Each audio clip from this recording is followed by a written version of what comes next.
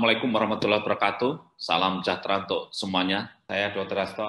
Ayo kita belajar tentang manusia diciptakan seperti apa.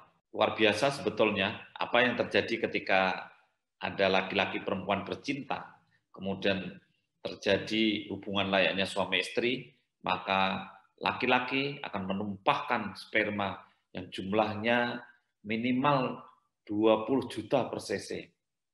Sedangkan sekali ada kontak hubungan layaknya suami istri, maka minimal 2, 3, bahkan sampai 5 cc. Sehingga bisa dibayangkan, 20 juta kali 5, 100 juta, 20 juta kali 3 cc, 60 juta. Luar biasa sekali diberikan. Ya. Perempuan hanya memiliki satu telur, sehingga ini ada gambar satu telur diserbu oleh puluhan juta sperma. Dan yang jadi hanya satu sperma yang masuk. Dan itulah Anda. Dan berarti Anda adalah pemenang. Maka ada istilah we are the winner. Kita ini dilahirkan di dunia menjadi pemenang. Jangan lemah-lemah, jangan lesu-lesu, jangan malas-malas, karena kita adalah pemenang. Harus hebat, harus kuat, dan harus menang. Itulah kita diciptakan, ditakdirkan menjadi pemimpin dan juga menjadi pemenang di dunia. Setelah terjadi pertemuan antara sperma dan telur, kemudian berkembanglah ini dari 2 sel menjadi 4 sel, menjadi banyak sel, kemudian akhirnya berkembanglah calon manusia itu. Yang ini ada istilah, ada mudikah, nutfah, ada morula, blastula gitu. Dan sampai pada satu bentukan ya, suatu bentukan yang sudah ada lapisan-lapisannya. Ini yang bentuknya seperti kura-kura ini sudah ada lapisan-lapisannya. Paling tidak sudah ada 3 lapis. Yang diberi nama ada lapisan ektoderm yang luar ini, yang warnanya biru.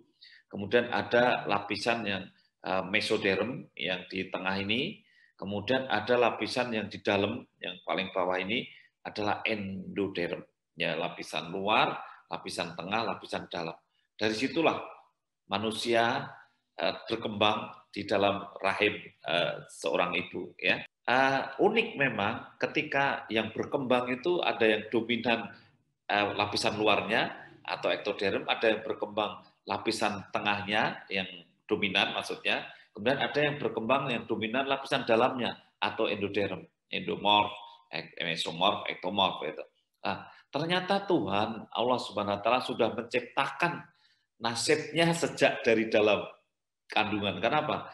Mereka yang masih embrio ini ketika yang berkembang itu lapisan luarnya yang lebih dominan, maka besok akan menjadi orang yang langsing ya. Jadi meskipun makan banyak itu tetap tidak gemuk ya, langsing gitu ya.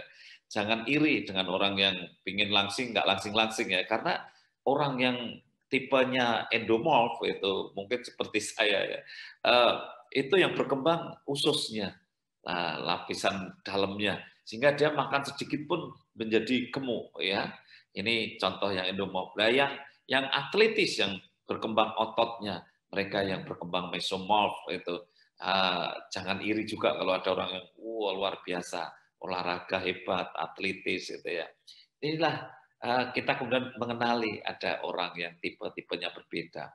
Ingat Bapak Ibu sekalian, yang tipenya ektomorf ini yang berkembang saraf dan kulit, dia lebih banyak berpikir. Kalau diminta pertimbangan itu banyak ya, pertimbangannya banyak. Sehingga kalau ketemu orang yang langsing, meskipun makan banyak tetap langsing, jangan harapkan bisa pukul dulu urusan belakang, pasti harus banyak dipertimbangkan. Ada yang tipenya mesomorf atau endomorf ini bisa saja dia ya harus pukul dulu urusan belakang. Memang tipenya beda-beda. Yang berkembang yang tengah ini ototnya, kemudian yang endomorf yang berkembang ususnya. Ini kalau yang ketemu orang yang berkembang endomorfnya ditraktir saja, diajak makan gitu ya. Kenalilah dirimu sendiri dan kemudian juga mengenali orang lain. Saya akan sedikit bicara bagaimana kita ini dalam penciptaan tadi, kemudian ada yang jadi laki-laki, ada yang dari perempuan. Ada sperma bibit laki-laki yang memang dia itu beda, jadi lurus cepat bentuknya ini, yang ekornya lurus ini, dia ini membawa kromosom 22 plus Y plus Y. Ini jenis yang laki-laki. Kalau ketemu telur, semua telur adalah X, ya, tidak ada Y-nya. Maka akan menjadi laki-laki. Jadi laki-laki itu ketemu kromosom Y, ketemu X, akhirnya XY. Itu jadi laki-laki, ya. Kalau ada sperma yang lenggak-lenggok, agak lambat jalannya, itu ciri-ciri sperma yang X itu ya, itu sperma yang mengandung unsur X. Kalau ketemu telur, karena telur itu unsurnya X, maka jadilah XX dan kemudian jadi perempuan yang cantik ya, molek gitu ya. Itulah bagaimana laki-laki dan perempuan itu bisa terjadi. Mungkin lain kali saya bisa terangkan bagaimana supaya bisa laki-laki, bagaimana supaya anaknya bisa perempuan. Tuhan menciptakan kita cepat sekali. Ya, coba kita lihat 5 hari, 28 hari seperti itu, dan sampai pada satu titik 47 hari itu sudah lengkap kepala, pundak, lutut, kaki, dan telinga, mata, hidung, dan pipi. Sudah seperti itu. Ah, tahap embrio ini selesai di 56 hari itu sudah selesai. Kemudian masuk ke tahap fetus atau tahap janin.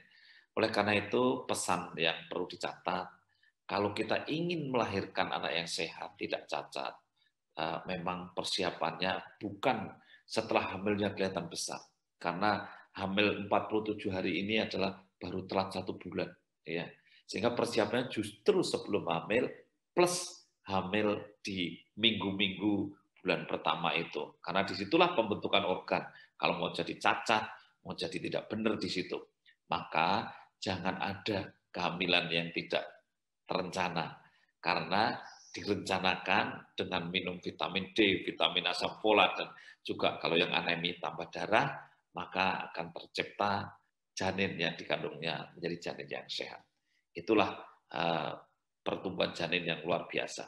Terima kasih, semoga bermanfaat. Wassalamualaikum warahmatullahi wabarakatuh.